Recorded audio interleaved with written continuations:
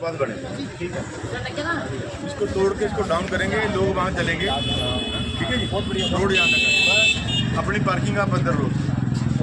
आपकी जो बाइक रखने हैं वो यहाँ नहीं आने चाहिए, वो आपकी साइड आए। ये भी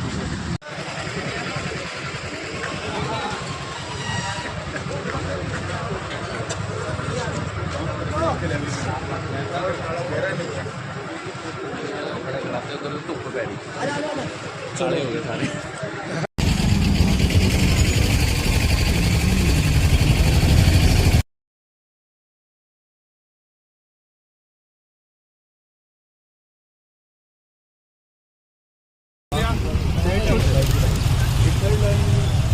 या बिजली वाले बता रहे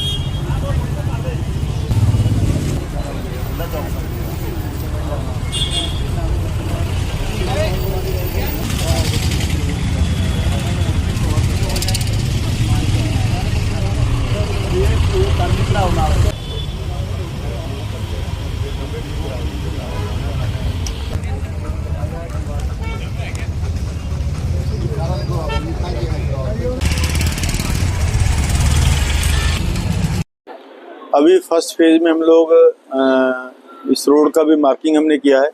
जैसे आप देख रहे हैं कि जो हमारा एग्जिस्टिंग नाला है उसके बिल्कुल साथ में पोल है और रोड जो है वो चौड़ा हम कर नहीं पा रहे हैं। तो अभी इसकी पैमाइश हमने 8 मीटर में कंप्लीट, जिसमें 4 फुट का नाला होगा और 22 फुट जो है वो रोड कंप्लीट एक साइड हम बना रहे हैं। और कल या परसों से पोल शिफ्ट होने स्टार्ट हो जाएंगे।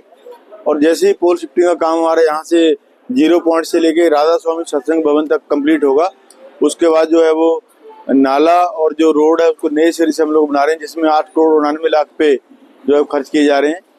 बिजली बोर्ड के माध्यम से 3 करोड़ 87 लाख पे हम लोग खर्च कर रहे हैं, जिसमें 40 फुट ऊंचा पोल लगेगा। और जो ट्रांसफार्मर आप देख रहे हैं कि जगह जगह रास्ते में ट्रांसफार्मर जो डबल पोल स्ट्रक्चर लगा हुआ है, उन पोल को हटा के हम डिजाइन से लगाएंगे और छोटे जो डब्बा बंद ट्रांसफार्मर है वो हम लगाएंगे।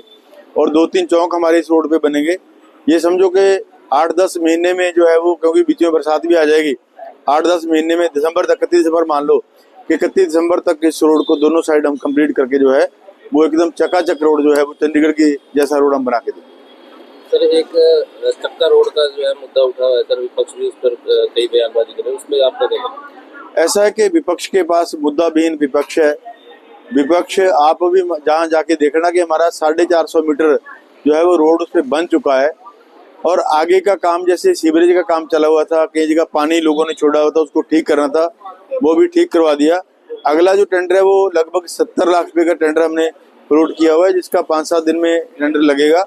और वहां से चक्का धक्का 2 फेज में इसका हमने टेंडर किया था। पहला टेंडर 48 लाख रुपए का था, अभी दूसरा टेंडर 70 लाख का है। तो ये कंप्लीट जो है वो रोड मैं कहता 2-1 महीने में हम उसको कंप्लीट इसको कर देंगे। और रातों रात तो रोड नहीं बनते हैं, उसका प्लानिंग होती है, उसका टेंडर का टाइम है, उसका खुलने का टाइम है और उसको अवार्ड करने का टाइम है। और ऑलरेडी पे काम लगा हुआ है। लगे हुए काम पे लोग जो राजनीति करते हैं, क्योंकि उनके पास कोई मुद्दा तो है नहीं। अब बद्दी में हमने बरसात के बाद 6 महीने के अंदर तकरीबन सभी रोड्स को हमने काबू किया है। 113 करोड़ पे बिजली विभाग के माध्यम से हम लोग खर्च कर रहे हैं। और एमसी के माध्यम से लगभग 15-20 करोड़ पे हम जो है नगर निगम एरिया में जो है खर्च कर रहे हैं। आपने देखा कि पिछले दिनों मैंने बिलावाली, काठा और इन जहाँ जहाँ हमने टूर किया तो वहाँ पे लगभग एक एक गांव में एक एक 1.5 करोड़ का काम जो है उसके टेंडर हमने अवार्ड कर दिया और शीघ्र इसका काम लगने वाला है। इसी तरीके से शाही रोड की दिक्कत थी, पहले हमने डिवाइडर लगाया, लाइट्स लगाई, अब इसका चौड़ा करने का कार्य जो है वो अभी वित्त विभाग के पास हमने इसकी अप्रूवल भेजी थी, तो कुछ दिन पहले हमें इसकी अप्रूवल मिल गई है। अब उसका टेंडर हमने फ्लोट किया है और 10 दिन के अंदर उसका टेंडर लगने के बाद वो खुलेगा, 1 हफ्ते का टाइम उसका होता है और उसके बाद ये काम लगेगा। और इसमें काम में भी समय लगता है क्योंकि ट्रैफिक वाला एरिया है, रात को हमें काम करना पड़ेगा, ट्रैफिक भी हमको चलाना है, तो उस वजह से होता है इसमें 1-2 महीना इसमें ज़्यादा टाइम लगे।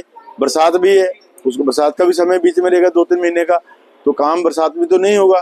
तो हम कोशिश करेंगे कि बरसात से पहले जितना काम हमारा जल्दी हो जाए, उससे पहले पोल का काम अभी कल स्टार्ट हम कर देंगे और उसका साथ साथ जो है रोड का काम हमें लगा देंगे। सर सीवरेज को लेकर भी कई मुद्दे बार बार उठ रहे हैं सर, और जो पहले जो सीवरेज डली है सर उसके बाद अभी नया टेंडर भी हुआ है सर, लोगों के अंदर ये भ्रम है कि जब पिछली नहीं चली तो क्या नहीं चलेगी, तो सर जो उसमें पिछले वाले उस पर कोई कार्रवाई भी हो रही है जो काम ढंग से नहीं हुआ? पिछले वाली जो सीवरेज थी वो बहुत पुराना 90s की उसकी डीपीआर बनी थी। जब ये डीपीआर बनी थी उस समय लगभग बद्दी की पॉपुलेशन 50,000 थी।